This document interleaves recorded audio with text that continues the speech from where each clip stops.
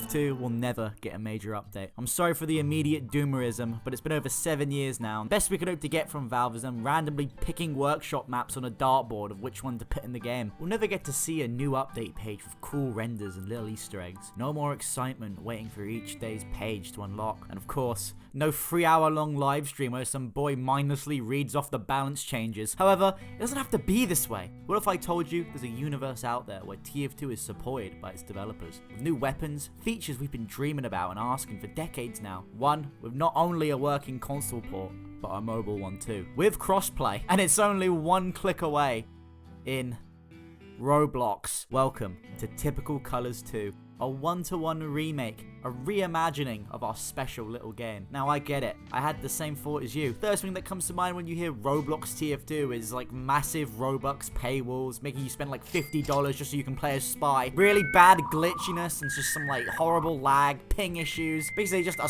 sloppier version of TF2. But you'll have to believe me when I say this game has none of that. Okay, well a little bit, but mostly none of that. It plays really well. It's just like TF2, and if you don't like how TF2 plays, then why the fuck are you watching this video? A passion project that initially started in 2012. It's concepted just because the developers at the time wanted to make modded weapons for Team Fortress 2, but didn't have the prowess to do so and get it out to other users, so they just made a game so they can make their own funny weapons and stuff. I truly mean it. It plays great. Now, obviously it doesn't look as good as TF2 visually, but if you put that aside, it's the real deal. No more scout, soldier, engineer, meet the flanker, trooper, and my personal favorite, the mechanic, who has the amazing ability to inflict sound-based damage to your real-life ears of his voice lines. So, if the game is just like TF2, is it better than TF2? Today, we're going to answer that question. What does this game change? Why should I play this over TF2? And what can Valve learn from it? With a plethora of completely brand new weapons, balance changes, and mechanics, we've got a lot to go over today. This is going to be one of my longest videos yet, but hopefully, by the end of this marathon, you'll come to realize that this game is not only just trying to be like TF2, it's trying to be better. So let's find out if that's the case and check out the new version of Team Fortress 2.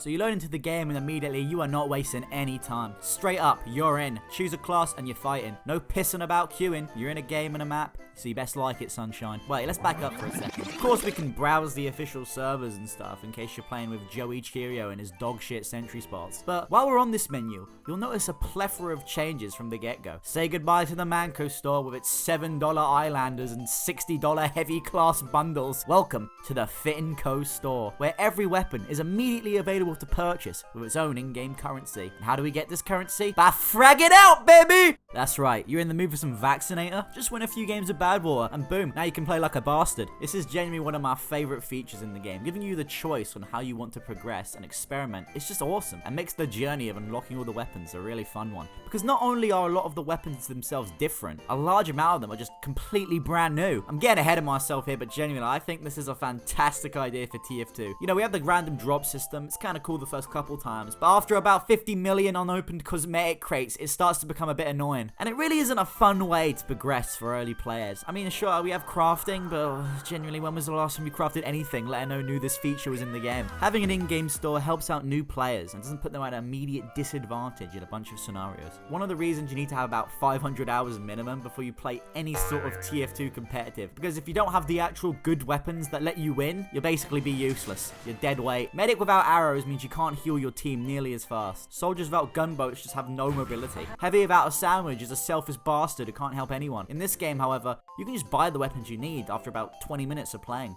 Problem solved. Putting progression in the hands of the player instead of some fucking all-seeing god who just decides when you can use the thing you want. It's just far better and more exciting. Development for TC2 is always trying to think player forward. We always want to get them items easier and stuff, but there's also, you know, things like unusuals and for the people who want that special grade item kind of feel. But ultimately, we really want players to be able to get in the game and enjoy it as soon as possible. We don't really like locking them out of content. One cool thing I like about the shop as well is bundles. Instead of a $90 $80 Demo Man class bundle, which I'm not even joking, totals to about $2 of items if you just trade for them. We get little sets you can buy at a discount. These bundles usually work in tandem or have a theme which gives you a decent loadout to start using if you're unsure on how to properly build a working set. It's a cool way to encourage trying weapons you hadn't thought about buying while saving a little bit of cash on the side. As well as weapons, you can buy taunts, hats, crates if you love gambling, stranger fires, and more. All with in-game cash, not some stupid ass microtransactions. The only thing you can buy that costs real money is VIP, which is basically just a little way of showing support to the devs, you know, if you want. Right, enough of the shopping. Let's finally start playing the game. Now, before we even pick our class, you'll notice that you might not even be able to play your main. Yup, I'm sorry to say, this game's got class limits. If TF2 is infamous for anything, it's having 4 spies and 3 snipers minimum on a team with about 0 medics. So, people have often proposed the idea of adding a maximum amount of classes on each team, you know, to help keep things a bit more balanced. If you play Untitopia,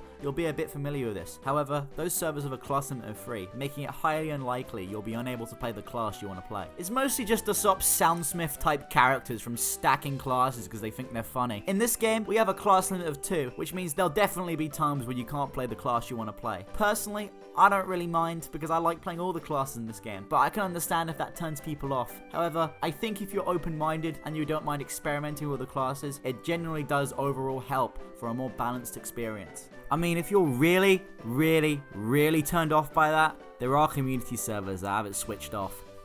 Time to say goodbye to Builders League United and welcome in Green Hearts and Radisson's natural restoration. So let's pick the most awesome looking cast and boom, a question you might be thinking to yourself right now: how does this game feel to play? Well, I'd say it's about 90% accurate to TF2. All the guns feel like how you'd imagine. The movement speed of all the classes is on point. The game manages to perfectly recreate that source jank we see in TF2. That really adds a level of authenticity. You can do rollouts with the rocket jumper, jump revers heavy to keep that momentum, trick stab, dispenser jump, surf, b-hop. All these little details go such a long way to make this game feel fun and accurate. It's not perfect. This is indeed Roblox, the same engine that brought you Pet Simulator X. I think the major problem with the gameplay is mostly to do with ping. I don't think Roblox servers are really meant to support an entire game with projectiles flying all over the place with damage calculations. So when getting footage of this video, I experienced quite a few lag spikes from the server with players and projectiles freezing in the air. It's not entirely the developer's fault. I've heard Roblox doesn't really allow you to create your own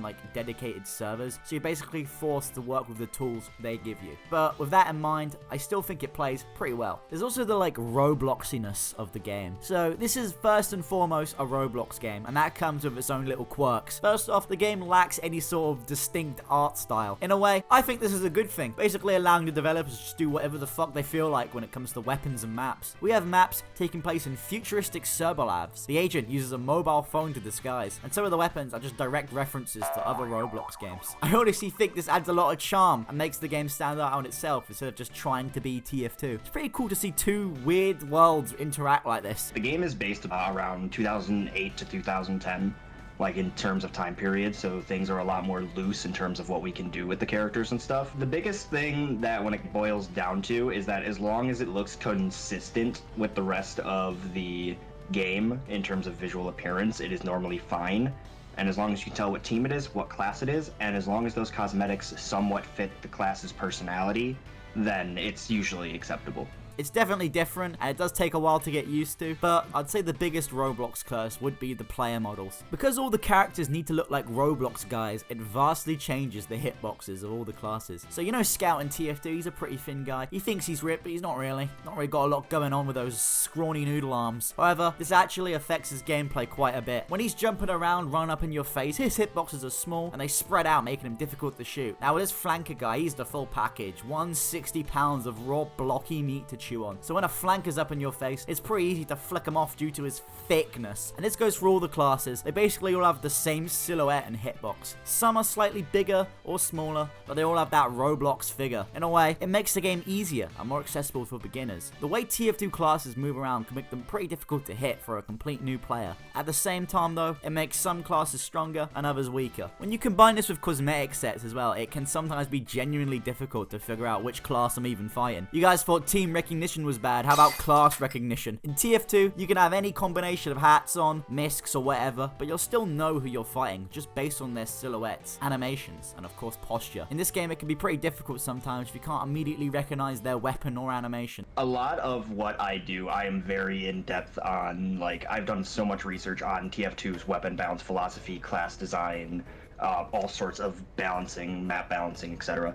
And when it comes to the characters, I actually have a whole set of lists and rules for the communities if they want to make cosmetics for the classes that help retain both team recognition and class recognition. I am actually experimenting and trying to break the mold of some of the characters a little more so that they have more of a silhouette like they do in TF2.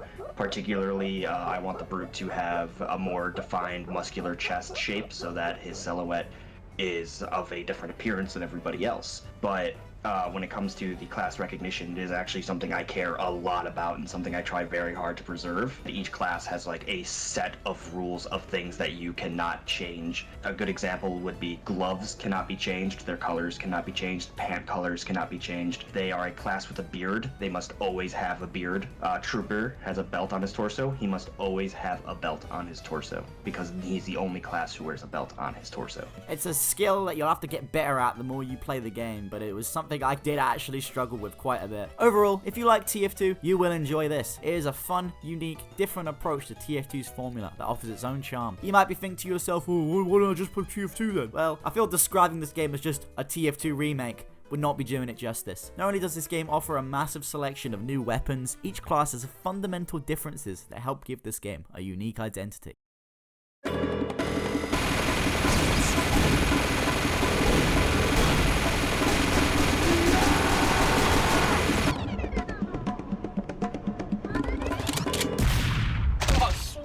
That's my first kill. Your kill? Yeah, no, pretty impressive, right? That dude was massive. Okay, first off, not impressive. I kill guys like him all the time. Second off, that was basically my kill, okay? Basically? I literally did all the work. I put half a clip into him, he was halfway on his way down the hill, then you walked in acting like you're Mr. Number 1 fragger. Hey man, we're on the same team. Who cares who killed who? There's other people out there for you to shoot at, you know. So mind your own business, blockhead. Blockhead? I resent that. I am the scout. Oh yeah, that's real rich content. This map ain't big enough for the two of us. It's a road, bozo. Let a real scout. And those are just 10 reasons why I'm better than you. So go get out of here before you wish you were sorry. Oh, you asked for it. Oh, crap.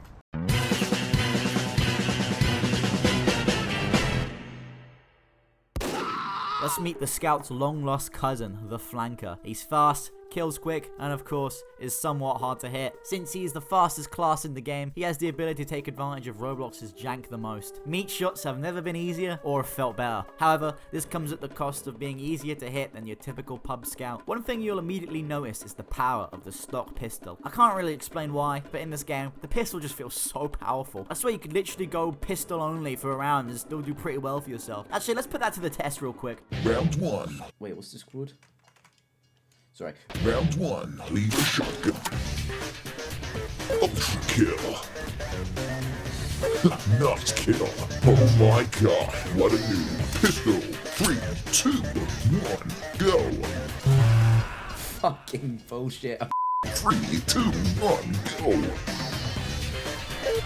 Not kill. Quintuple kill. Mega kill. You suck. You know, I'm not really complaining, because it's honestly very satisfying to use, but it's kind of interesting. The flanker is a really good beginner class in this game. In TF2, Scout is very simple to understand, but hitting meat shots reliably can be difficult for new players. In here, I feel like anyone could do well as this guy. Even my dying, dementia-ridden grandma could be flying out on harvest. Everyone, please welcome the Trooper, Soldier's best buddy from his time in the army. So I remember when I first played this game, the first thing I thought to myself is, will I be able to mega bomb? So I picked Trooper, and...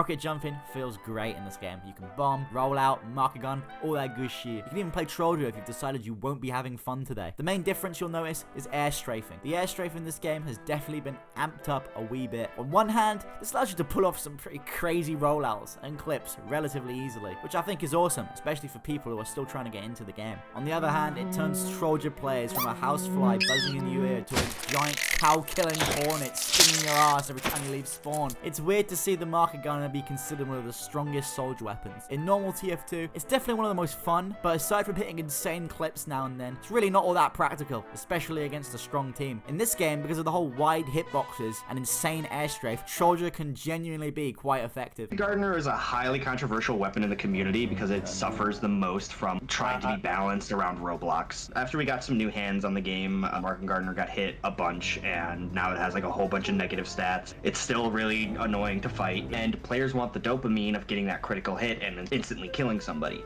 But nobody wants to be the person getting hit with the funny spoon. After years of being called a crutch and to play a real class, all pyromanes decided to leave Dust Bowl and find a new game to play. Finally, we had achieved world peace. No Scorch Shot to complain about, no Air Blast to deny Ubers and stop projectiles. Years go by, Sniper has become the new most hated class. To bring balance back, Fitten Co. decided to robotically engineer their own pyro. Meet the Arsonist. So making the pyro robot is kind of interesting. Doesn't really change the gameplay in any significant way, but it's kind of cool. Definitely adds to the unique factor. I require a doctor. Fun fact, it's actually voiced by the same program that voices that stupid ass purple gorilla virus that was popular in the 2000s. Hey guys, what's going on? My name is Joe. A really good excuse, the arsonist being a robot, just to use text-to-speech instead of getting That is authentically why the arsonist is a robot, is so we can keep using the text-to-speech. Air Blast returns. However, in this game, I kind of find it a bit difficult to consistently hit Air Blast. It might be because the game is a bit messy, or it's just some of that overall Roblox jank, but it didn't seem to work half the time. The knockback was more like how it was back in the day, where it would shoot you right up in the air. But again, I swear to God, it just didn't seem to work half the time for me. I'm not really too sure. Hitting reflex usually works fine. It just seems that the knockback effect can be a bit hit or miss. So you can be happy that the classic Puff and Sting does indeed return, although it might be a little bit scuffed. Alright, for real, what actually is an Annihilator? You know, demos for demolitions, and he's the bomb guy, you know, so that makes sense. But as an Annihilator, you'd be someone who annihilates? When I think of total annihilation, I'm thinking like Terminator, giant miniguns, you know. Hold on, wait, let me actually check real quick what the definition is. Complete destruction, so that there is nothing left. Yeah, I guess that makes sense, on the. Anyway, instead of the black Scottish Cyclops, we now have the white goggled warrior. Hailing from the island of Ireland, he exudes all the aspects of your typical Irish lad. To prove this, I've asked my born and bred Irish friend, not Sam G, to analyse the accuracy the Annihilator is to the real-life land of Ireland. Right, the Annihilator, okay? Finally, we get some Irish representation, you know, in a game. After listening to a lot of his voice lines, it is definitely not the worst Irish accent I've ever heard.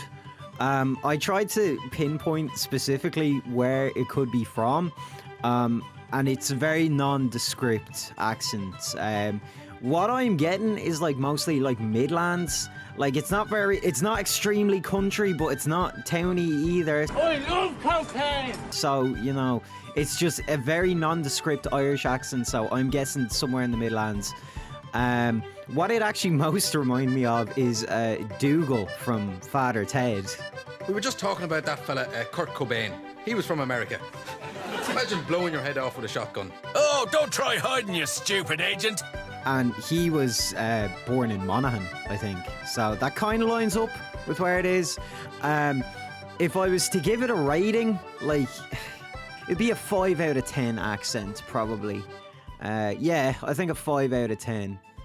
Oh wait, never mind. The voice actor's British. 0 out of 10. 10 out of 10. I love England. It's actually a better country than Ireland, actually, if I really think about it. Anyway, Annihilator plays just like a demo. However, in this game, I honestly find him a lot more fun. A big reason is due to the cussed, thick hitboxes, making hitting pipes very, very satisfying. I get the same feeling hitting pipes in this game that I do with Open Fortress. And if you guys remember, I really, really, really liked hitting pipes in that game. He also has a lot of really fun weapons, which, you know, I'll get into a bit later in the video. No longer a big Russian man, now a fat-ass American man. Welcome in the Brute. Now, Heavy is often regarded as one of TF2's most boring classes to play. He's slow, dies easily to spies and snipers, and most of his weapons have to be deployed up close to be effective. Me personally, I don't agree. I think Heavy can be one of the most fun classes if you don't just mindlessly hug the payload. You have to keep in mind the pure, unfiltered DPS the minigun possesses up close, and if you can use that to your advantage, hiding in corners, jumping out on the opponent will give them an immediate heart attack. I dub this the flanking heavy playstyle. So the question for me is, will I be able to adapt my methods into the Brute?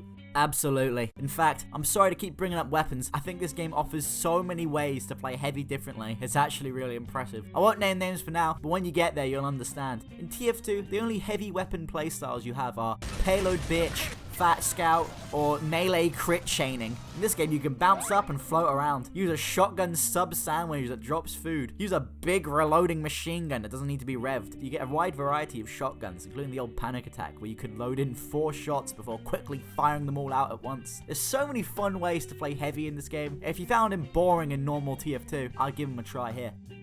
You know, if there's one thing I'm known for, it's my pure love and admiration for engineering's playstyle.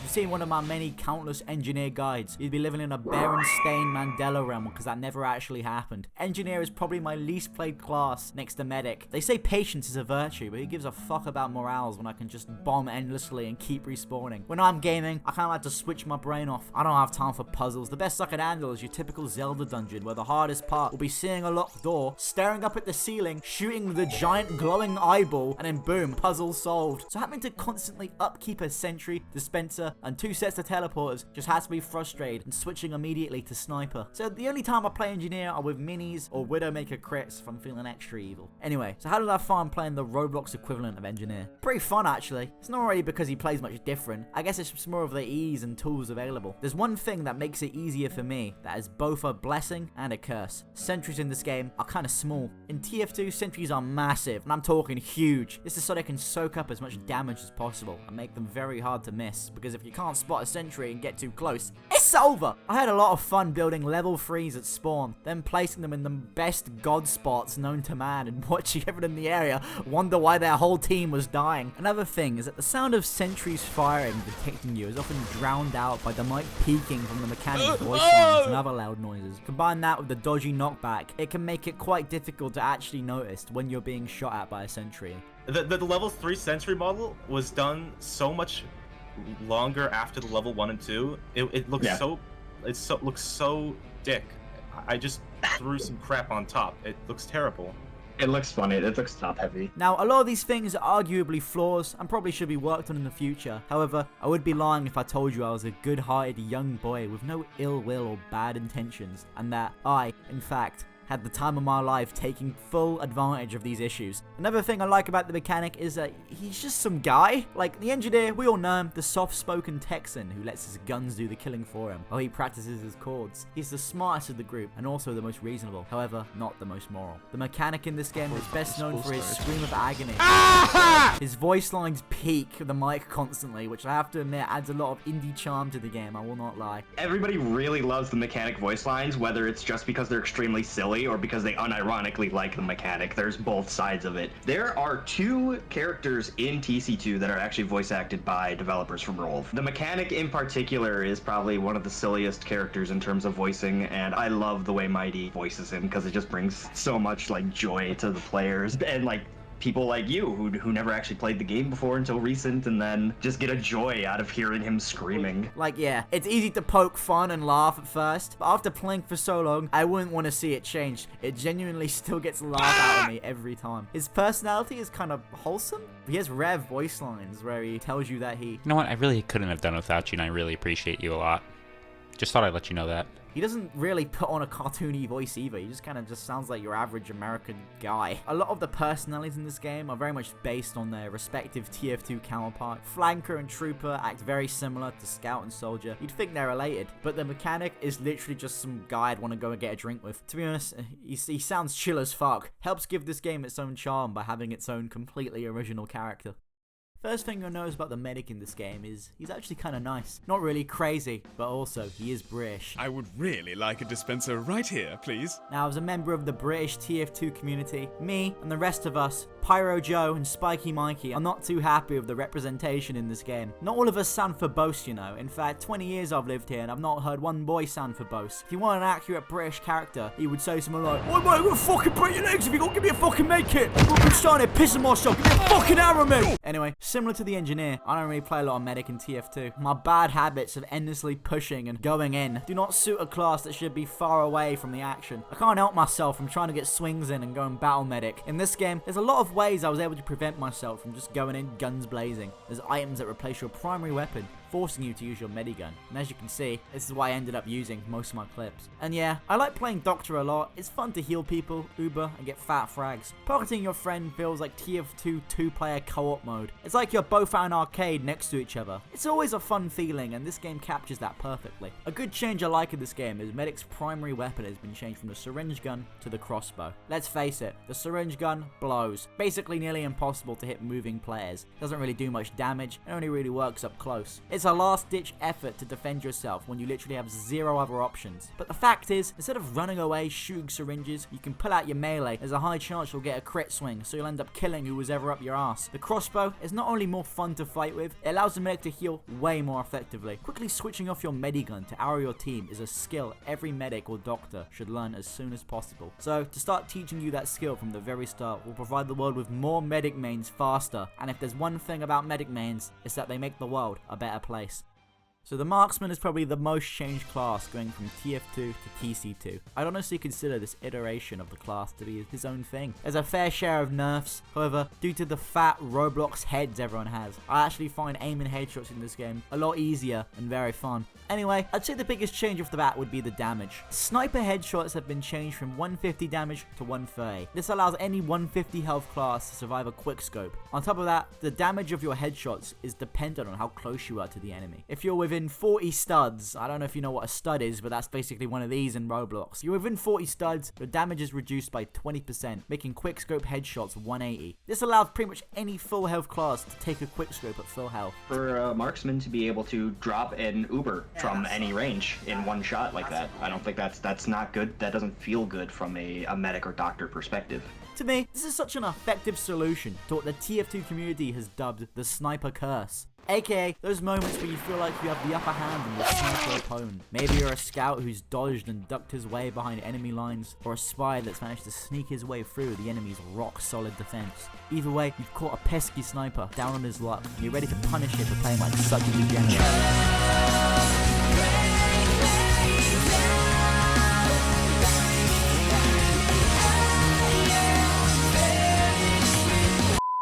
Getting quick-scoped up close just feels like such a fuck you. You could have the perfect play, but if your sniper happens to be a Black Ops sniper god, it's just over. Thankfully, this game remedies this issue, which allows the game to be more accessible and encourages the sniper to not only rely on his godlike aim. Another big change is, when scoped, there is now a very large visible laser that shows where the sniper is aiming for everyone around him. Similar to the red dot you'd see on wars, however it's much brighter and clear, so you'll actually have a fucking chance to see it. This makes pointing out a sniper's location a simple and easy process. All you have to do is just follow the end of the marker. It's also great for highlighting sightlines. The biggest argument you'll hear for why Sniper is perfectly balanced is that as long as you don't stand in the sightline, he can't hit you.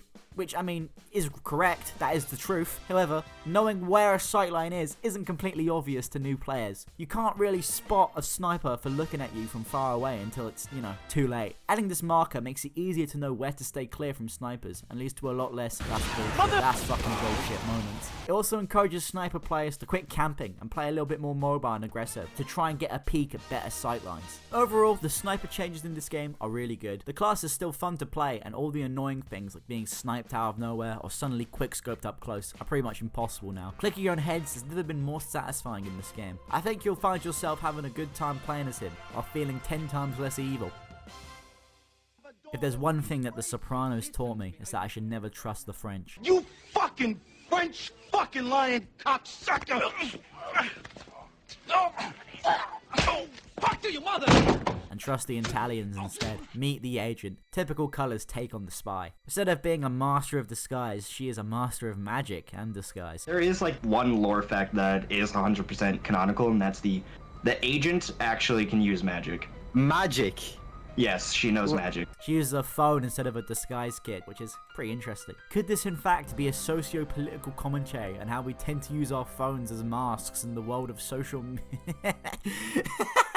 One thing about the agent in this game, I'll say, immediately ties into the Roblox model stuff I was talking about earlier. Since every class has the exact same silhouette plus cosmetics, it can be hard to pick out which class is actually an agent. Being the only woman helps, but combine that with the disguises and all of them mind games, it can be more difficult than just walking up and, you know, giving them the old feel out. Another thing I noticed was face stabs. They happen a lot.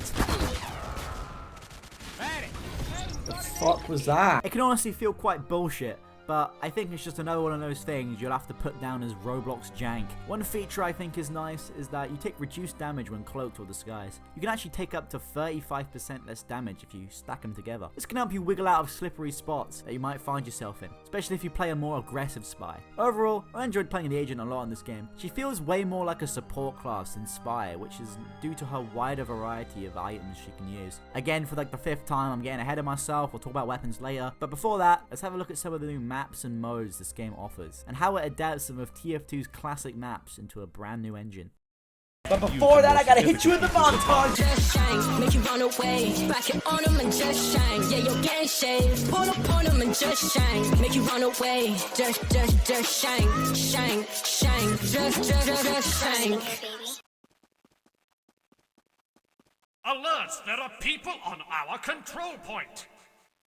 When we're talking about maps, I think the most important thing is that we have the essentials. You know, I'm talking Upward, Bad Water, the best, the most popular maps. So you'll be happy to know that some of TF2's greatest hits have been lovingly recreated into Roblox with basically 100% accuracy. But that's not everything. One cool thing this game does is it uses the pro versions of these maps. For example, you know Turbine? Yep, Turbine's in this game. They use the pro version. So, alright, what does that mean? So instead of having to brave the treacherous path of choke point century hell in order to make a push, Turbine offers an alternate path, a long hallway beside the left staircase on each side. This adds a shutter door, allowing for easier pressure against sentry nests, preventing games going on for years on end. Instead of having one nightmare hallway that's pretty much impossible to push, we now have 2 bit more manageable hallways, which forces engineers to spread their sentries out in order to maximize their defense. Another bonus is all CTF maps now have a working time limit, which makes games so much shorter. So instead of being stuck on CTF for years, we're constantly switching between maps, game modes. We've got a lot more variety and fun going on.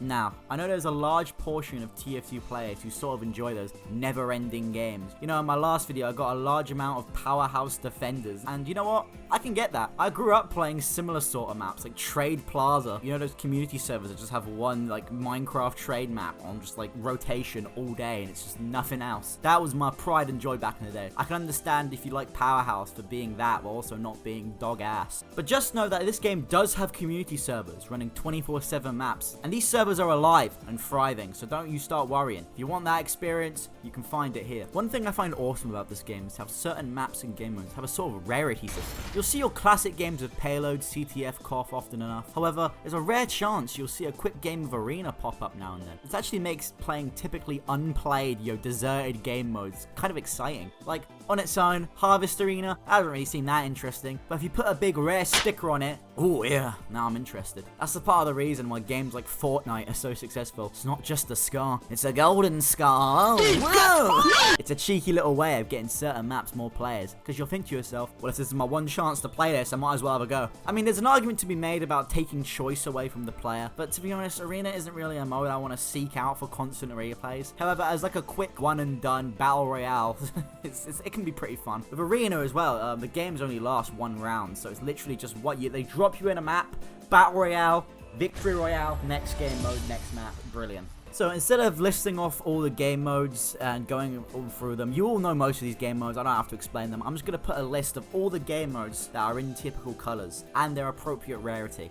So yeah, it's a fair amount, smaller than TF2, but it's got enough variety to keep it interesting. The amount of maps per game mode has been cut down a little bit. We got a mix of classics remade, completely brand new maps, and of course my favorite, competitive TF2 maps. Yeah!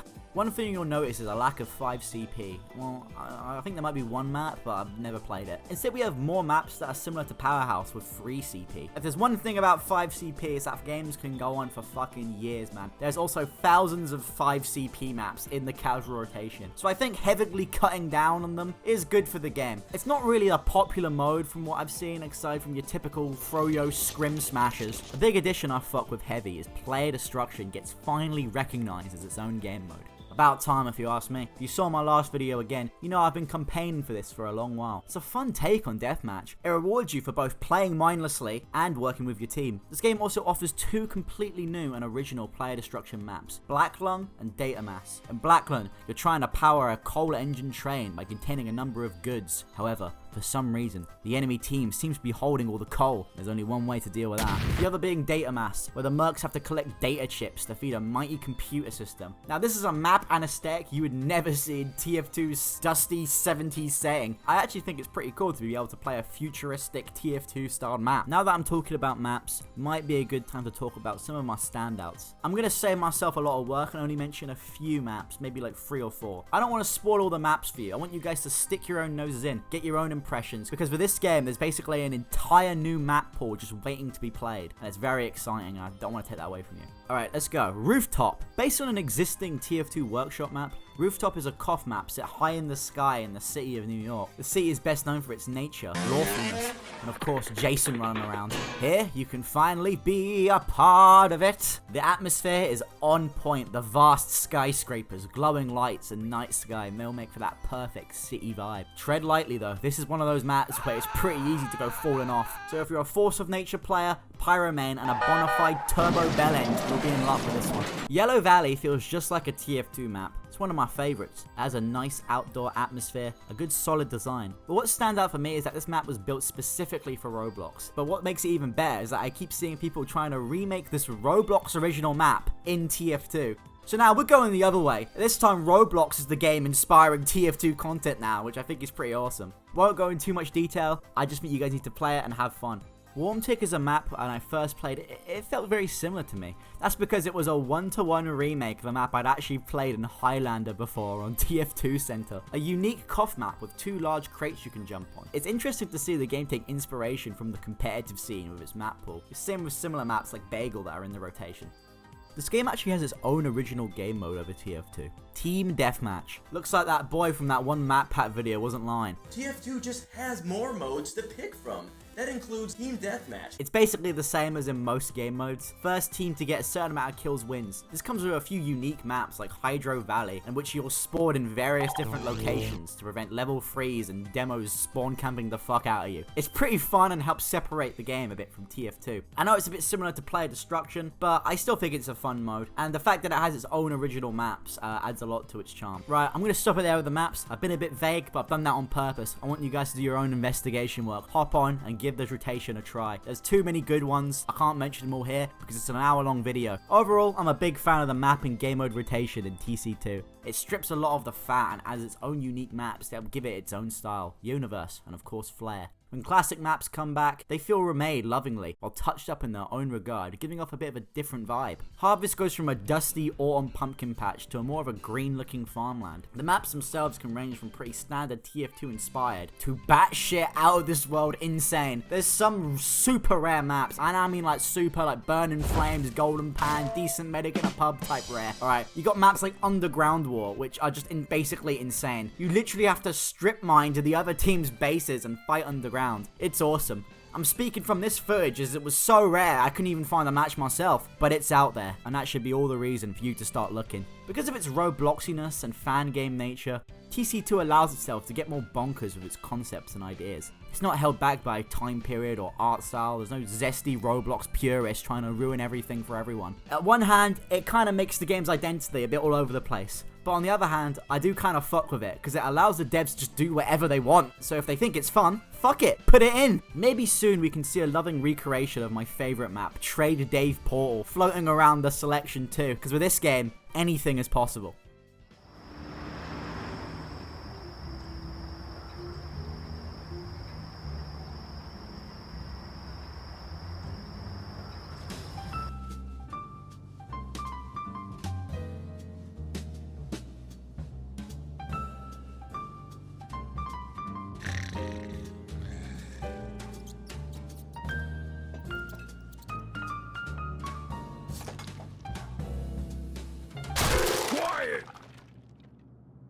I'm gonna make this easy for everyone here. You can enjoy your dinner, atmosphere, whatever. Only difference tonight will be that money you've been saving to afford this lovely night out is now forfeit to me. So instead of paying for overpriced food, you'll just be helping me out, like I'm your friend or hot date. These places are basically scams anyway. Oh yeah, I knew this would be the right idea.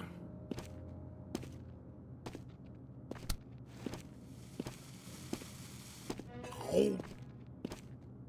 Hello, gorgeous. What's your name? Say, fancy coming home with me tonight? Her name is Sasha, and she stay right here. Oh, yeah? You call this a gun? Me Baba Anya give me this on 12th birthday. He used to shoot rats in her care home. Boy, they must have been some big rats, huh? No, they were small.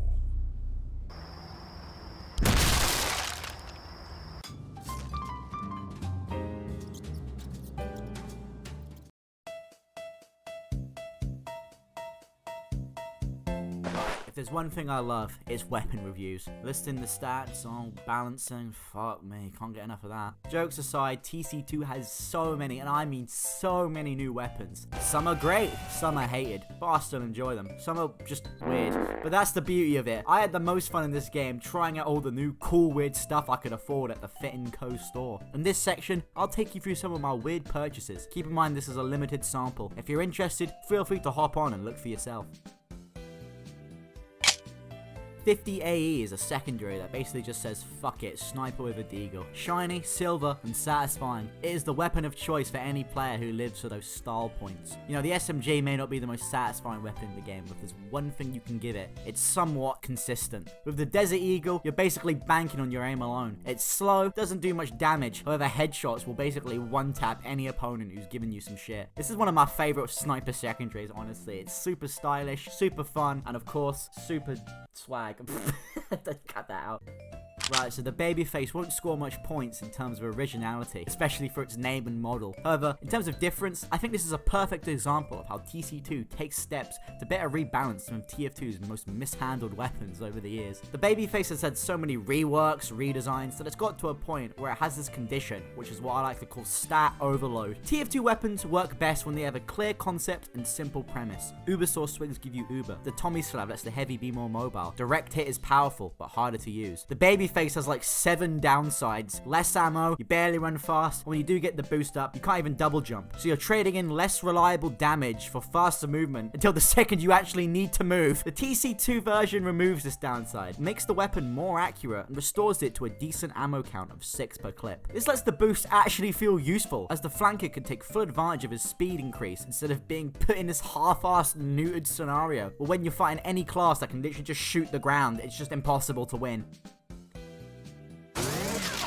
The Blood Doctor is a medigun for the Doctor that basically is a reverse vaccinator. Instead of 4 shield charges, you get 4 bursts of mini crits. This is one of the Doctor's most offensive weapons. You know, mini crits aren't as powerful as regular crits. However, on certain classes, they have their moments. Brute being a good one. Minigun with mini crits is hit so hard due to the fact of damage fall off. Damage fall off is basically how TF2 weapons drop off in damage over longer distances. Basically, when you shoot a rocket up close, it does about 90 damage. When you shoot a rocket really far away, it'll do about 20. That's the basic principle of damage fall off. However, when you have crits and mini crits, damage fall off doesn't become a factor, making all bullets and explosions do the same amount of damage no matter the distance. Example, crit stickies, you put them at spawn, stand all the way back at the sight line, and they're still going to do 300 damage. Now Brute, as a class who basically needs to be up close in order to do massive damage, you can truly get the most out of this and form the patented sniper heavy playstyle, doing fat 30 damage bullets at long distance on a class that shoots incredibly fast. It can be really fucking dangerous.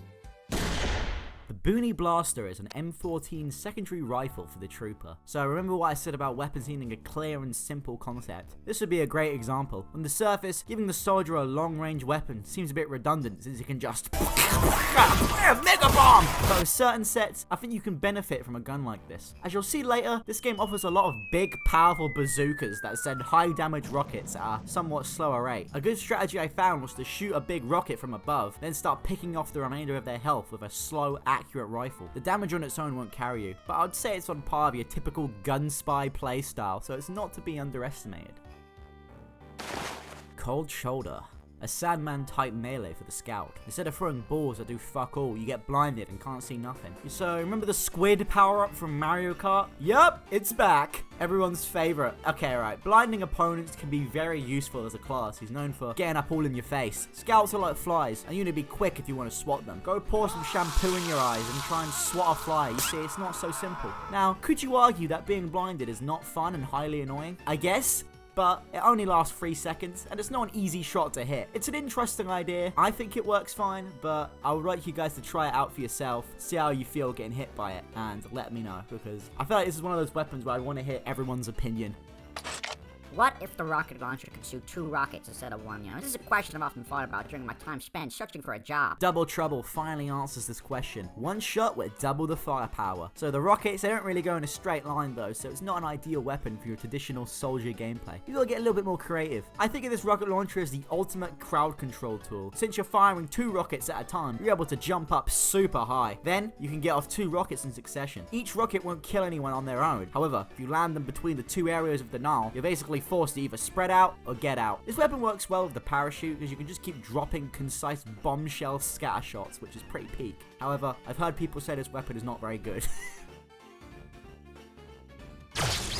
The Einsteinium, or the Pomzen 9000, is a pew-pew laser blaster for our beloved mechanic. Now when you say the words Pomzen 6000, aside from the deep lore of Dr. Gordbort and how nearly all of the old Gitz weapons let you play like a demented bastard in some way, you probably think of slow projectiles, stupid useless cloaking draining effects. So what does Einstein's take on an engineer weapon look like? Well, as you know, this guy was a real genius, because not only are his lasers super fast, they can also set you on fire. Now I know there'll be a few people concerned about reaching that ad bleed in its fixed Grouch mindset, but let me tell you, Grouchy is my dear friend, and I'll fuck with him heavy. He actually goes out there, tries his ideas in game. Anyway, sorry about that side tangent, I just love that boy. Point is, the fire lasts 5 seconds, and I don't think TF2 has a weapon like this in the game, aside from, you know, the slow flares. It works as a good way of getting people to back off the NG and go look for a health kit. Its best use, however, is dealing with agents, as you can more easily spy check from a safer distance, without the risk of getting trick stabbed, or in this game, face stabbed. They'll have no chance trying to cloak out and sneak away from you. So I think the burn effect not only functions well for the purpose of the class, it also helps making the weapon feel more cool, original, and powerful. Something I cannot say about the Pomzen and its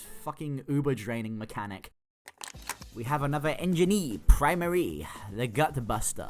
On the surface, this seems like a simple snowball weapon. The more kills you get, the stronger you become. However, my favorite, most interesting stat on this weapon is the mini crits against your sentry's target. I think this is such a cool concept for an engineer shotgun, as it completely changes how an engineer uses his sentry. You usually assume a sentry is the biggest threat, but this turns the tables 180. The sentry becomes a pawn in the engineer's grand plan. I find this works best with minis. Place one down somewhere a bit dodgy, surprise your enemy, and as soon as they're focused on taking it down, you can sneak up and deliver the ultimate back shot. wait, fuck, maybe? No! Deliver the ultimate meat shot. Keep going with this, and you'll have so much speed, health, and consistent damage. You'll basically become a beefed up tanky scout that can deal high damage from any distance. Remember, mini crits don't have damage fall off, making this perfect to pick off fleeing players. It's a new fun way to play Battle Engineer, and I love it. Alright, we might as well go 3 for 3 and talk about another mechanic weapon. Heavy Metal is basically the complete opposite of the Gut Buster. A simple secondary that replaces your pistol of 100 more metal and faster movement speed. Such a simple but perfect idea for a weapon or tool. A large amount of TF2 IMs have followed the simple formula of trading in damage for utility. It's basically a flawless concept. So this item seems like such an obvious addition that I guess Valve just forgot about. But thankfully, we have the guys at Digital Dorcas to help make this up for us. Alright, enough engineer, I'm starting to turn to an uncle. The Iron Force is a simple rework for the lock and load. From the looks of it, you'd think, oh, it doesn't seem that different. And yeah, you'd be right. Fundamentally, the weapon is the same, with a nice addition of mini crit air shots. However, there is a hidden stat, not shown in the item description. One stat that changes this weapon forever, moving it up from a situational at best weapon to complete and awesome tier. Now, you can finally do jumps. And I mean jump. Not like fucking grenade jumping bullshit. I'm talking open fortress grenade launcher style. And if you remember from earlier, I really like the grenade launcher in that game. So much that I can't go a single video without glazing the fuck out of OF. Anyway, jumping with this is so much fun. Making the grenade launcher an awesome movement tool to do sick jumps, pogos, and trimps gives the weapon a new purpose and meaning, rather than just, it kills sentry good lol. M249. Right, I've been alluding to this weapon for a while now, ever since the brute section. In my opinion, this is one of the best weapon ideas I've ever seen. Like, legit. It manages to achieve one thing no other minigun is yet to do. Make heavy fun to play for everyone. A lot of people just hate having to rev their minigun, so why not just make an already revved minigun? One to boot that deals insane amount of damage. I'm literally talking over 50%. You might think to yourself, oh, that sounds overpowered! However, if you bring it up close, the overall DPS compared to the minigun is actually lower, because it's quite slow to fire. It's got more of a cannon-like firing speed. You also walk slow, and I mean really fucking slow when using this. Not revved up slow, but definitely a snail's pace. This makes it a perfect choice with weapons like the speed coil, which is this game's grow, as it's easy enough to whip it out and start firing at a moment's notice. Honestly, I've heard this is a basic bitch thing to say in the TC2 community, but this is one of my favorite heavy weapons ever. I'm being serious. You could argue it's boring, it looks generic, too much like a standard machine gun, but when you go and use it, you'll find yourself playing heavy in ways you've never played in before. More aggressive, independent, with a lot more careful thought to this playstyle. Not just hugging the cart like a bitch. You'll see him conserving ammo, thinking of when it's safe to reload, utilizing secondaries and melees to a great effect. It doesn't invalidate the other miniguns, but it does offer its own fun way of playing heavy. I recommend everyone tries at least once. Alright, I'm going to go a bit faster in this weapon section because I'm over 9,000 words into the script now. And that's actually longer than my dissertation for uni I did last year. I'm not fucking with you. A bison rework that fixes its major flaw? Let me tell you something. Whenever I shoot the bison, I'm always saying to myself, hurry the fuck up, bro, please! But however, the lasers in this game, they feel lightning fast, straight out of Star Wars. Not some stupid ass tortoise in the hair bullshit. Fucking slow and steady wins the race looking ass. This one also reloads super quick too, which makes the weapon fun to use. Who doesn't want to use a laser pistol, man? This is the bison that we deserve, equipped with its trademark ability to penetrate players. So the radius scanner is a deployable UAV type scan that will basically tell you the locations of enemies for 8 seconds. So while doing research for this video, I saw people say some not so nice things about this. And whether that's true or not, I can't really say. I'm not much of a spy man. I usually just go balls deep on mindfuck people by perfectly acting as my disguises. But I do personally love the idea of giving the spy more cool gadgets to use. Instead of having just a zapper and the worst zapper, I love the idea of having a cool list of James Bond style tools I can pull from. So I do 100% fuck with the idea of this weapon, even if it's not for everyone. Do you guys remember the old panic attack? You could load up 4 shots and fire them in rapid succession. In all honesty, it was not a great weapon. Wasn't really much to panic about, but it was super fun. You could get some dirty kills with this bad boy. Anyway, one day, Jungle Inferno dropped, and this is the point in time where TF2 was trying really hard to be an esport. So what it did is that it reworked the panic attack from a flawed but fun, unique weapon to a decent but boring, lame, dumbed down version of the shotgun. My problem with it now is it just lacks a clear vision. I really wish they split the old panic attack and the new panic attack into 2 different weapons, you know, kind of equalizer style. Thankfully, in the world of Robloxia, dreams finally do become reality. Here we have the shotgun cannon, a brand new primary for the scout. Load up 4 shots and unload them straight into the nearest victim. Now, a big reason why the old panic attack was kind of bad was because it was a secondary for classes that already had big damaging primary weapons. It's basically a weapon you need to commit to. But people like Engineer have too much stuff going on. He's got to babysit 4 buildings while pushing a 9 to 5 objective. He doesn't have time to load his shots beforehand. He needs them ready at a moment's notice. Scout, on the other hand, he's not got a job, girlfriend, practically any responsibilities actually. He has all the time in the world to back up, get his cards in order, then plunge straight behind enemy lines, dodging and weaving through rockets, ready to unload super fast meat shots straight into the face of a heavy, sending him to hell faster than a scout has ever done before. The old panic attack on scout is quite frankly a genius idea that shows off a brand new way to play the class, trading in reliability for insanely fast and fat frags. I really love this weapon. It's a great idea. Valve, start taking notes.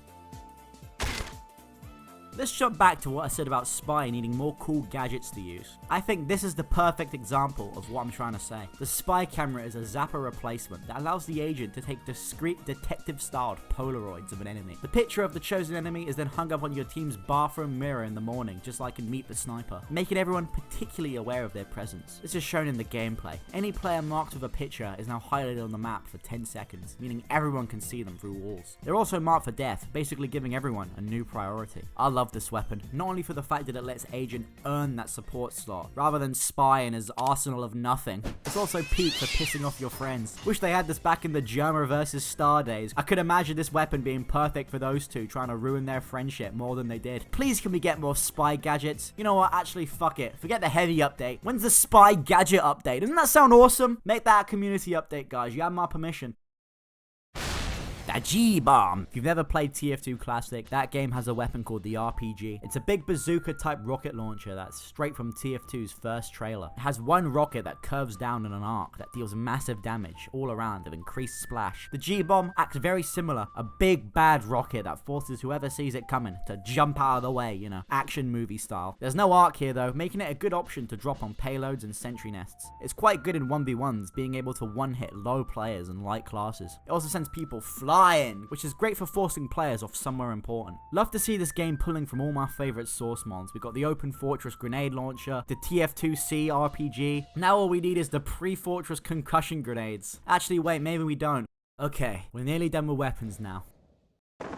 The Mercy Kill is a primary replacement for the medic, and a cheeky booty cheek reference to everyone's favourite, the one and only, Overwatch. A game so good that if any TF2 YouTuber plays it once, you'll be hit with thousands of comments telling you to love yourself! Love yourself! Happy you're trying new things! Anyway, no more crossbow, arrows, or overdose. Medic has a set of wings now. What does this mean? Well, now you can jump up super high, fall down slowly wide, yeah! Now you can jump up super high and fly down super slowly. This, again, follows a familiar formula of damage for utility, or in this case, healing for utility. It's a formula that guarantees success, and this is no exception, because this is an awesome item. Being able to fly around in the air as medic is incredibly fun. You can keep up with your team easier, dodge bullets and rockets in the air, fly in and out of battle whenever you need. Medic is the class who suffers the most when he dies, because he has to complete his whole Uber routine from scratch every time. So giving him an item that can keep him alive longer is always going to be a good thing. Does it rival the crossbow?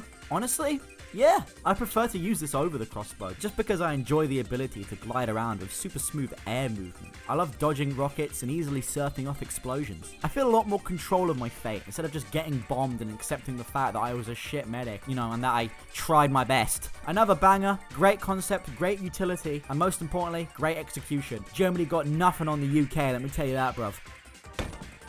The Ultimatum is an extremely simple weapon. It's a new grenade launcher that does one thing simple. It shoots piss. Okay, my bad, it shoots lemonade in this game, but still, it combines the Girati with the grenade launcher, and that's about it. And it's awesome. So the initial pipe you'll hit won't do too much damage. I think it's around 65. You can follow up with a second pipe that's going to mitigate the damage penalty for the most part, whilst covering them all and everyone around them in some juicy lemonade. It's the perfect grenade launcher to shoot at crowds. Coating an entire team in mini crit juice can honestly stop an entire push. Mini crits aren't a joke. They can do serious damage and allow you to hit significantly without getting too close. It's a good one to pair with stickies. Hitting a lemon pipe and hurling stickies at your opponent is the closest we're going to get to a Demo Man Puff and Sting. You're trading in damage for utility, and as we've seen today, it's a winning formula that this game has perfected. It's one of the many cool ideas this game offers.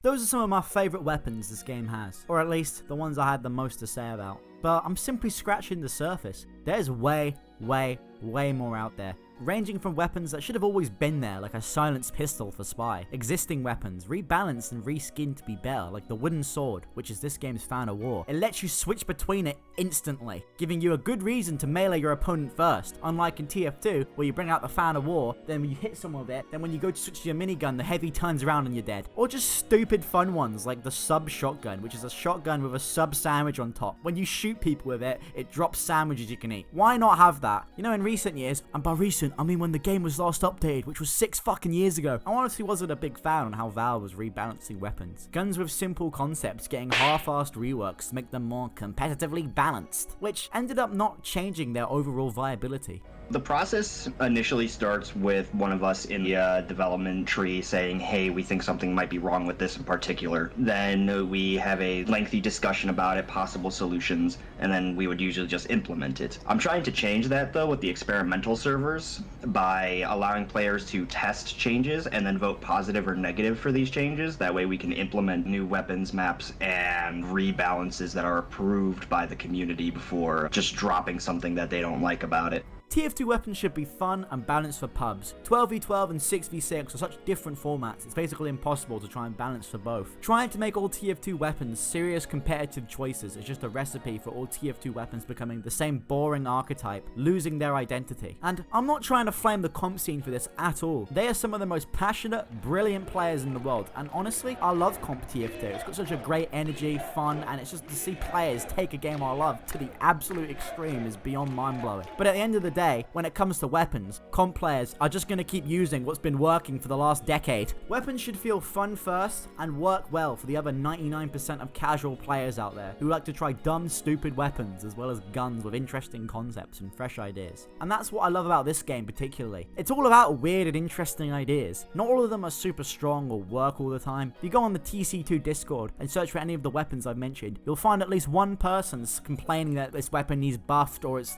too shit or it needs a nerf or they're never fucking happy. But there's so many cool ideas here that you can go and try right now, this second. So go! I implore you, start grinding for that cash, look around the shop, see what excites you, because I guarantee you will find something that will catch your interest.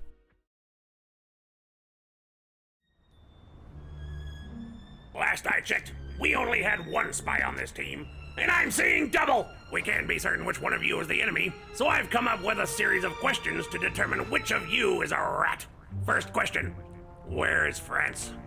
Soldier, France is in Europe. A beautiful place. The food delicious. The women mysterious. The wine just as exquisite. Of course. One of the greatest countries in the world. Have you been to Italy as well by any chance? Yes, the center of Europe. Rome was quite beautiful when I... Your hippie commie blocks have nothing on the greatest country in the world. The real spy would agree. I'm starting to think both of you are traitors. Merde, how long have I been fighting by your side and you don't even know that I'm French? My spy is as American as apple pie. Or a balding eagle. Or recession. Let me ask you this. Which class on our team is the spy's best friend? It has always been you, soldier. Damn right. Okay. I'm going to ask you one more question that only the real spy would know to answer to. Are you ready? How many fingers am I holding behind my back? Oh, soldier, why are you... Nothing, spy. I'm in the middle. Wait, hang on.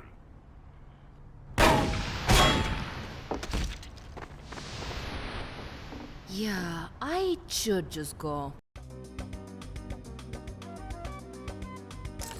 In my TF2 crossovers video, I briefly covered TC2, just mostly highlighting the pure insanity that something like this could exist. It was so shocking to me that a game I only knew for year 7 screaming at obby courses contained a near perfect remake of my favourite game ever. I had always thought of Roblox as just a dumb mobile game, but little did I know the power of the Roblox engine. In my ignorance, I referred to typical colours as the first version of TF2 Mobile, and this led to me getting absolutely assassinated with comments of people telling me that I'm stupid and dumb. Turns out not every Roblox game is mobile compatible, but now I finally get to look like a smartass as this game is finally on mobile. So now I can officially say in a video and deem this the first version of TF2 motherfucker. Okay, well it's the first somewhat accurate one anyway. Like what the fuck is this shit? Let's look.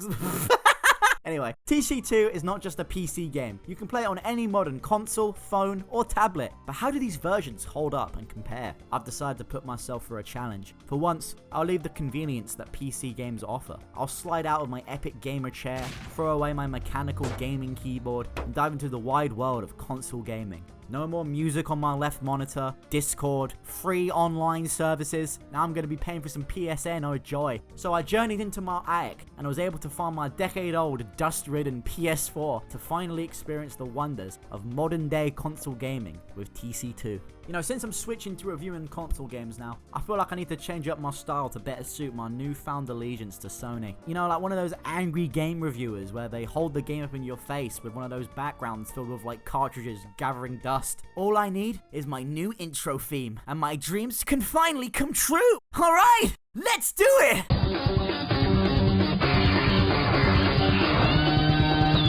I call it. It's a Nintendo shit.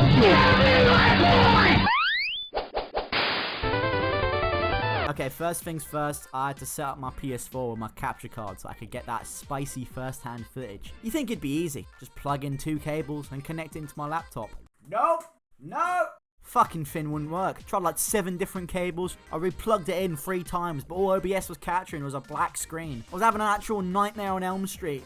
We'll see, bitch. I spent years fucking about in the settings, trying different computers, shoving cables in and up its arse, down its mouth. I thought I'd choke my capture card to death and I'd have to buy a new one. Finally, 2 hours later, I unplugged my mic from my laptop, and suddenly, everything works. Alright, finally, now that's all working, all I need to do is make a PSN account, verify my age, download Roblox, make a Roblox account, and now we're in and gaming. Okay, let's stop pissing about with all that now. How does TC2 play on a console in 2024? Well, I imagine if you have the latest Xbox Series or PS5 Pro, that's $700. It'd be pretty good, but unfortunately, my 10-year-old PS4 was nearly on fire during my entire playthrough. As you can see, literally the second I encountered an enemy in this game, everything would turn into a fucking slideshow. Right, now, I don't blame this on the devs. I'm gonna chalk this all up to my shitty PS4 with my whopping 5 games. So, I'm gonna let you guys who are watching from your Xbox Series X benchmark this game and tell me how it goes in the comments. Anyway, I tried every class, recorded, made a few notes on my experience, so let's have a look.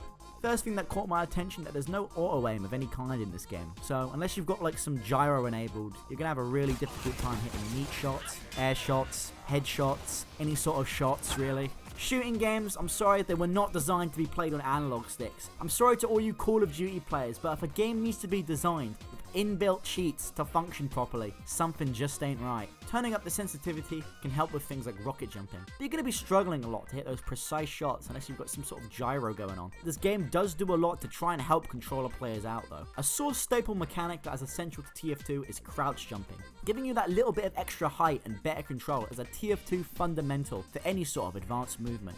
So on keyboard, this comes second nature. It's so easy to press shift with your pinky and space with your thumb. It just feels perfectly designed for your left hand. On a controller, that shit is ass. First you gotta push in the stick with your left thumb, then while turning the camera with the right stick, you gotta press X and trigger all on that same thumb and on your right index. So basically we've gone from using 2 fingers on one hand to 4 fingers on both hands, just for a single jump. Thankfully though, this isn't much of a problem. It kind of took me a while to realize, but you can actually select an auto crouch feature, which, as you've guessed, auto crouch jumps are just a press of a button. There's also this cool little menu wheel that lets you access every part of the game. The stores, menus, classes, inventory, things that are impossible to get to if you've ever plugged in a controller for TF2. It's all nice stuff to see and shows the devs do care about all versions of their game. Unlike Valve and the Xbox version of TF2 hasn't been updated in, I think it's 16 years now. Yeah, that's not a joke by the way. 16 fucking years without an update.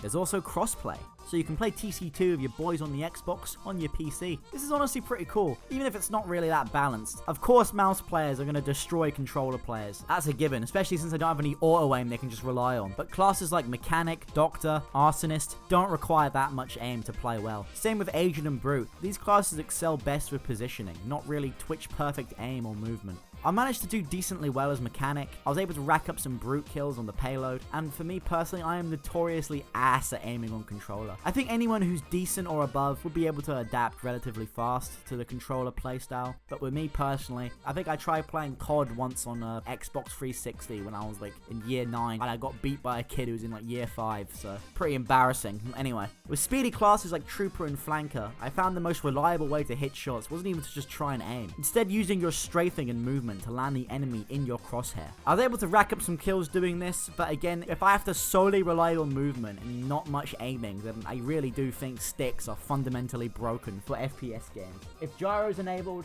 amazing, but I don't know how to turn that stuff on. I'm sorry, I give up there. Overall, TC2 console is cool. It's not ideal, but if you can, play on PC. But if you desperately want to get into TF2 or TC2 and you only got a console, it's not a bad choice. You have access to all the weapons, updates, maps. You won't feel isolated as you're fighting alongside everyone else. It's just that you're going to be in a bit of an uphill battle. I mean, that's just my experience. I'm sure there's a few controller gods among us who don't only main Demo Night. Bro, I've been working hard all day, man. I deserve a day off. YouTubers have workers' rights too, you know. I'm entitled to a vacation. So you know what? Fuck it. Indy, you cover this section for me. I'm fucking dying for a holiday, man. You know how these fucking hours I spend working on this shit? Hi guys, Indy here, and I want to do a short review of TC2's mobile beta. The footage has been gathered using my everyday phone, which is a Samsung Galaxy S23, so keep that in mind when I discuss performance. For a Roblox game, it boots incredibly quickly. I've tested this on my Wi-Fi, my mobile data, and also my hometown shitty 1 megabit per second Wi-Fi, and it usually takes between 15 to 40 seconds until you can jump into the action. As a pick up and play experience, it's honestly pretty good, since TC2's rounds are never that long, so it's perfect for killing time when you're on the go waiting somewhere. I've been playing it on the tram ride to my university recently, and I was going to get a recording of that, but I decided against it because I don't want to look like a complete bellend recording myself in public. The game runs smoothly on my phone, with rarely any hiccups. However, I did have a couple issues with the menus. Sometimes the inputs are a little delayed, especially when you're quickly trying to just change your loadout. Though besides that, the menus are very clear and well adapted for mobile. While the game might look low res in these recordings, especially if you're watching on PC, it's really not noticeable on a small ass phone screen, so it's pretty much on par with its PC counterpart, at least visual wise. But another performance gripe I have with it is that it really heats up your phone.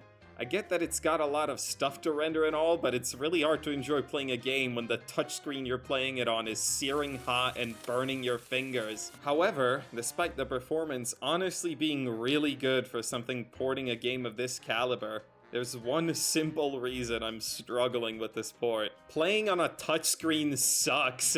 Party was ragging on playing with a controller earlier, and I think it's pretty much the same case here. I suck at playing first-person games on anything other than a mouse and keyboard, so it's not exactly TC2's fault. Playing this port was almost nostalgic in a weird way, because I haven't whiffed shots like this since fucking 2013.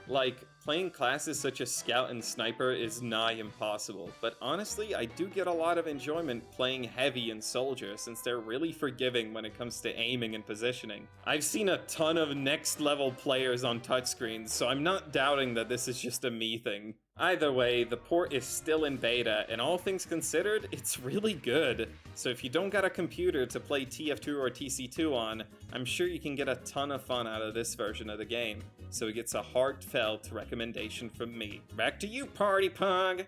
Right, let's tie this all together. We've seen what this game has to offer. Updated, refined classes, brand new weapons and maps, new game modes, and unique feel and identity. But at the end of the day, I know you're all thinking the same thing. Why should I play this over TF2? I'm gonna be brutally honest with you. Typical Colors is not better than TF2. Sure, it's an awesome love letter with its own interesting ideas, but at the end of the day, it's just not as visually striking, stylish, and intuitive as TF2 is. The Source engine is the Source engine. TC2 is Roblox replicating the Source engine. So, unless all the TF2 servers die and the game is delisted off Steam, TC2 won't replace TF2. But does that mean the game has no value? Of course not. I honestly think Valve, as well as us as a community, have a lot to learn from this game. It has so many improvements, optimizations, amazing ideas, and most importantly, updates. TC2 is a look into a universe where TF2 kept going after Jungle Inferno. It still has that hype around it where we can speculate and look forward to what's coming next. Seeing what new crazy idea we can experiment with on our favorite maps is just simply awesome. I mean, sure, this game didn't invent that feeling, but it sure as hell replicates it spot on, and it's really not something we get from TF2 anymore. Honestly, the most fun I had playing this game was going through all the new weapons. It genuinely felt like I was playing TF2 for the first time back in 2014. It perfectly recaptured that magic, and I think that deserves an immense amount of respect. When you talk about this game to a lot of TF2 players, you'll usually get a laugh or a confused, "Oh, you mean the Roblox version?" Which, to me, is kinda sad. I mean, yeah, seeing all the weird class names and the mechanics screaming is kinda funny the first time, but this game is no joke. There's a full team of developers out there passionately working on making this the most fun it can be, trying their best to make their own ideal version of TF2. The games that were made by Rolve, a lot of people kind of have this misconception that it's just us trying to bite from Valve and make money off of Valve ideas, but a lot of the games we make are usually passion projects or fan projects of the source material, and we make them partially because it's fun and partially because it introduces players to that game ideally encourages them to actually go play the source material that we based off of.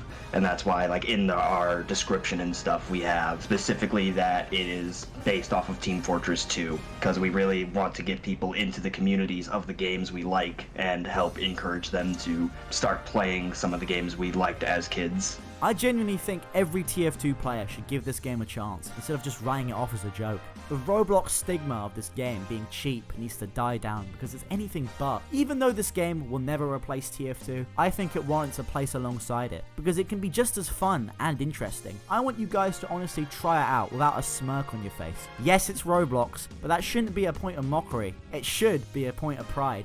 That something this good, this well made and awesome, brimming with its own ideas and direction, came out of the same engine that hosts Escape Mr. Beast Obby is literally insane. The people at Dorcas Digital have outdone themselves, and I think they deserve respect in our community. So next time someone brings this game up in a conversation, instead of just writing it off as TF2 for babies or Roblox TF2, boot it up with a friend and keep an open mind. You might be one click away from discovering your favorite team-based shooter all over again.